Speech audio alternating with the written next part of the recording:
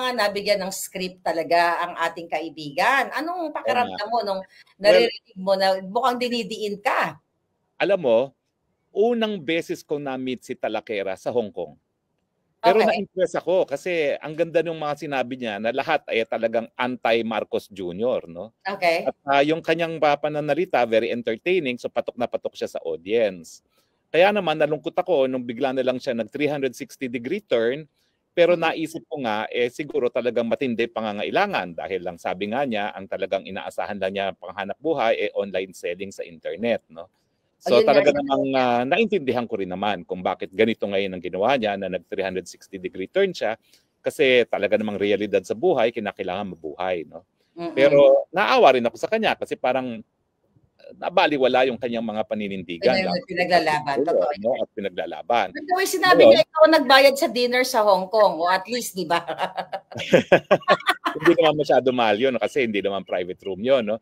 Okay. At saka, karangalan ko naman na kahit papano nagkasama-sama kaming mga nagsalita doon sa Maisog, no?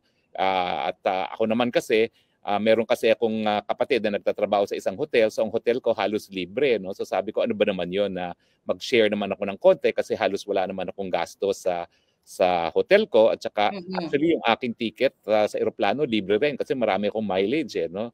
So sa akin, ano ba naman yung isang meal na 'yon, no? Pero talaga, ang intention ko doon is just magsama-sama kami kasi nga hindi kami nakapag-usap nung nandun mismo sa rally, no? Kasi napakadaming tao. At totoo naman, kung anong mga nagpag-usapan, marami doon hindi na naabutan ni Talakera, no? Kasi late nga sila dumating ni Vic Rodriguez kasi nga nagpipirma-pirma si Vic Rodriguez ng libro niya doon sa Hong Kong, no? So halos patapos na rin siya nang siya'y dumating.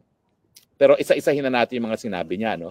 Okay. Sabi niya, yung sa part na muna. Oo, doon sa part ang sabi niya ay unang-una sinabi ko daw na meron ng larawan, no? Well, actually yung larawan na yan, lumulutang na yan bago pa mag-Hong Kong Kahit saan ka magpunta, the talk of the town is may video daw na nagpupulburon ang Marcos Jr., no? Well, 2022 pa lang sinabi ko na may pulburon video. 2022. Oh, nga pala, ikaw nga pala nagsabi niyan. Kaya lahat ng tao ay nagtataka nasaan yung pulboronic video na yan. Tapos, ang naalala kong sinabi ko is yun na nga na meron ng tao na may access sa pulboronic video at itago natin yung pangalan ng taong yon sa pangalang Maharlika.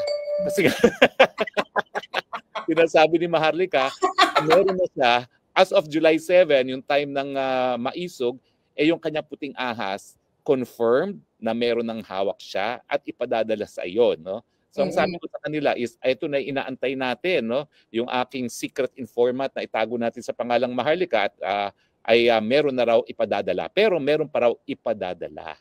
Okay? Yes. So, ngayon, totoo nagkaroon ng usapan, no? Na kung paano talaga yung video na yan, no? At totoo naman na maraming mga suggestions kung meron ngang ganyang video, no? Pero I don't think anything came out of that kasi from July 7 to yung actual showing mo. Kailan ba yung actual showing sa July 22? Mula July 7 to July 22, wala naman akong narinig na balita tungkol dyan sa pulvoronic na yan, no? Tapos ang sabi ni Talakera, nag-premiere daw sa Vancouver at naroroon ka daw. Well, kami na po nagsasabi ni Maharlika, wala po si Maharlika sa Vancouver. At walang premiere doon. Wala pong premiere doon. Ang sabi ni Boljakera, nag-live daw. Bakit hindi pinakita sa live kung doon na video? Ni Talakera. Diba? Oo, sana pinakita ni Talakera yung sinasabi niyang live video kung saan nagkaroon ng premiere ang pulvoronic video sa Vancouver. Pero makikita po natin yung pagsisinungaling ni Boljakera o di naman siguro. Talakera. Oo. Si Talakera ang sinungaling. Oo nga. Nakikita natin yung pagsisinungaling ni Talakera na sinabi niya na nandun ko daw sa Vancouver. Well, ako naman, either nagsisinungaling siya o wala talaga siyang alam. Kasi nga, sa Hong Kong, late na talaga siya dumating At alam mo, sa totoo lang, may mga concerned na doon sa Hong Kong na pag-usapan ng mga sensitibong bagay pag narariyan si Boljakera. Talakera hindi, Talakera pala, sorry. Oh my God, okay. So actually, may mga kumakalabit na kung anong sensitibong pag-uusap kasi hindi naman po pwede mag-usap ng sensitibo doon, hindi pribadong room yun Public yun no? So hindi ko maintindihan kung paano mag-uusap ng mga sensitibo doon At saka kami nagsasabi na nga, ingat tayo, no? Ingat tayo, ingat tayo, no? So, I don't think anything sensitive was actually discussed doon sa public na restaurant na yon. Hindi po yan private room at hindi naman kami siguro luko-luko na magsasalita o mag-uusap tungkol sa pribadong bagay. Pero anyway, ang unang-unang paninungaling ni Talakera ay tayong dalawa daw ay nasa Vancouver at doon nag-premiere. Wala pong premiere sa Vancouver. Now, Bojaquera naman, kailan tayo nagkaroon ng premiere? Well, nagkaroon tayo ng premiere noong July 24 dito na nga sa California, sa Long Beach. Kasama kayo ni Attorney Glenn Chong na kung saan nandoon tayo at talagang pinakita ko ng bonggang-bongga ng buo yung video.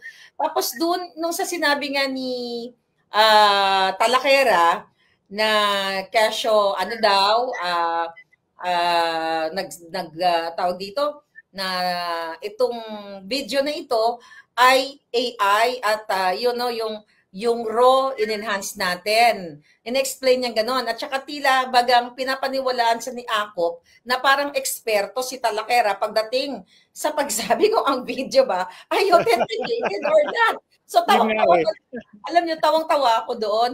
Pangay na, ang bobo talaga ng mga Congress. Imagine mo, si Talakera ang tinanong. Obviously, talagang scripted. Ito script ni Lisa Tanas na paano ang credentials ni Pebbles Talakera na para paniwalaan nitong mga julol na TRICOM na ito na ang video ay in-enhance na in-AI daw para daw una sabi niya raw tas in-enhance natin para mas maliwanag, then in may AI intervention. Naku, mother, alam mo naman yan, pero naintindihan ka, baka natutukan ka ng baril or whatever, so we totally understand you. Okay, so yung video na yan, nung dumating sa akin, medyo blurred, ano siya talaga, malabo. Kaya, di ba, sa cellphone, pwede mong anuhin, yung picture mo, pwede mong paliwanagin, yun lang yung ginawa ko.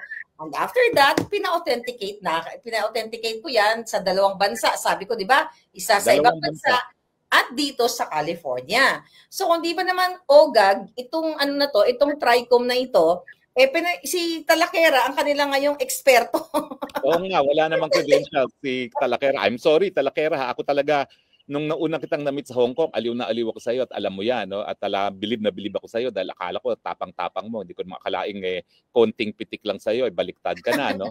Pero anyway, talaga nagulat ako na ginawa nilang expert on audio authentication itong si Talakera on the basis kung anong nakita niya, no?